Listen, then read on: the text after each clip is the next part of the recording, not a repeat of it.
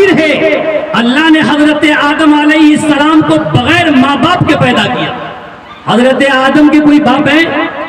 کوئی ماں ہے؟ نہیں ہے. یہ اللہ کی قدرت ہے. حضرت حوا کو اللہ نے بغیر ماں کے پیدا کیا. یہ اللہ کی قدرت ہے. حضرت حوا کی کوئی ماں ہے؟ نہیں ہے. اور تیسری چیز، حضرت عیسیٰ علیہ السلام کو اللہ نے بغیر باپ کے پیدا کیا. سمجھ گئے کیوں اللہ نے ایسا کیا؟ اس لیے کیا کہ اے دنیا کے لوگوں سنو، اللہ کی سنت اور ہے، اللہ کی قدرت اور ہے. اللہ کرنا چاہے تو جو چاہے کر سکتا ہے، لیکن اللہ نے دنیا میں نظام یہ نہیں بنایا. اللہ نے دنیا میں نظام کیا بنایا؟ یا ایھا الناس اتقوا ربکم الذی خلقکم من نفس واحدہ وخلق منها زوجها. ایک مرد اور ایک عورت سے دنیا کا نظام پھیلتا ہے. یہ اللہ نے دنیا کا نظام بنایا ہے. اگرچہ اللہ قادر مطلق ہے، ہر چیز پر قادر ہے. اللہ اولاد دیتا ہے، جس کو چاہتا ہے بیٹا دیتا ہے، جس کو چاہتا ہے بیٹی دیتا ہے، جس کو چاہتا ہے دونوں دیتا ہے، جس کو چاہتا ہے 5 بنا دیتا ہے. یہ قرآن کا ترجمہ کرتا ہے. للہ ملک السماوات والارض یخلق ما یشاء یہب لمن یشاء اناثا ویہب لمن یشاء الذکور او یزوجہم ذکرانا واناثا ویجعل من یشاء عقیما.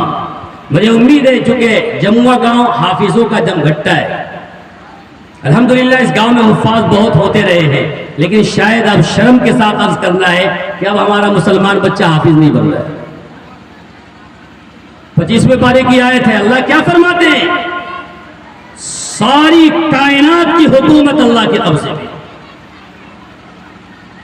ساری چیزوں کو پیدا کرنے والا اللہ ہے. اللہ جس کو چاہتا ہے بیٹا دیتا ہے، جس کو چاہتا ہے بیٹی دیتا ہے، جس کو چاہتا ہے دونوں دیتا ہے، جس کو چاہتا ہے 5 بنا دیتا ہے.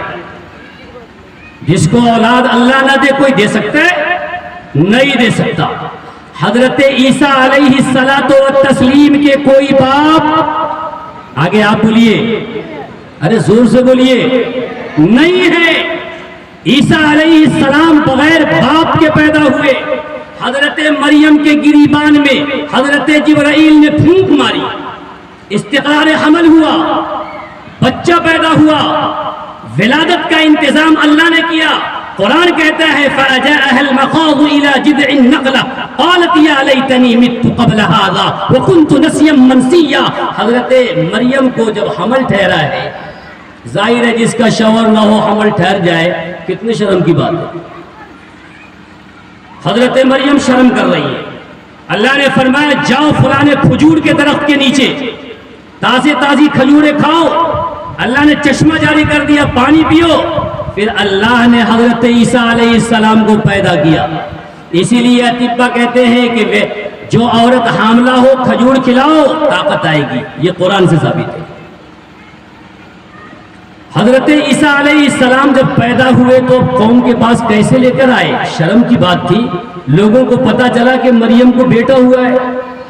لوگوں نے تانا دینا شروع کیا، یا اخت ہارون ما کان ابوکی امرأ سوء وما کانت امکی بغیہ.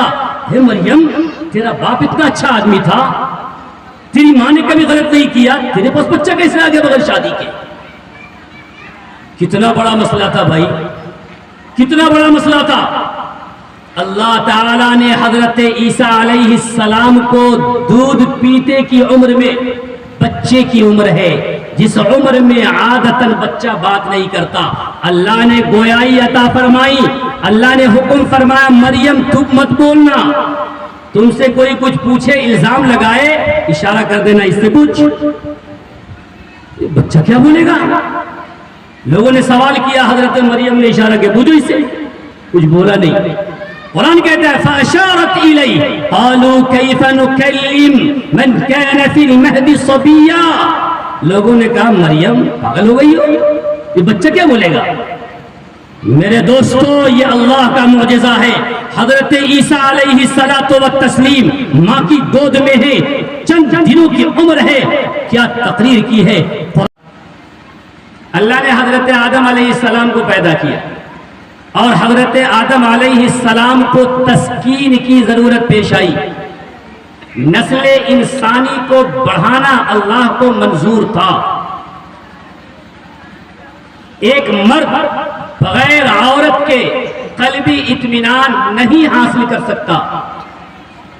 اللہ سبحانہ و تعالی کی مشیت ہوئی کہ حضرت حوا کو پیدا کرے. ایک مرد اور ایک عورت سے دنیا کا نظام چلا ہے، اور ایک مرد اور ایک عورت پر ہی دنیا کے نظام کا مدار ہے. اور اس سے بڑی اہم بات، عورتیں یہ حوریں ہیں. حوریں یہ گھر کی زینت ہے، یہ گھر کی رونق ہے، یہ گھر کی عزت ہے. سماج کے اندر بڑا اونچا مقام محمد مصطفیٰ صلی اللہ علیہ وسلم نے ان خواتین کو دیا. یہ الگ بات ہے. قرآن نے کہا ہے تبرج الجاہلیت الاولی، ایک زمانہ تھا جاہلیت اولا کا، جس زمانے کے اندر ان عورتوں کو جانوروں سے بدتر تصور کیا جاتا تھا. یہ عورتیں وراثت کا مال بنتی تھی. اگر کسی عورت کا شوہر مر گیا تو اس کے وارث جس طرح اس کے مال کے مالک ہوتے تھے، ایسے ہی اس کی بیوی کے بھی مالک ہو جاتے تھے. یعنی وہ بیوی خود مختار نہیں ہوتی تھی، وہ اپنے ورثہ کے قبضے میں گئی. وہ شادی کرنے دے گا تو کرے گی، وہ کہیں جانا چاہے گی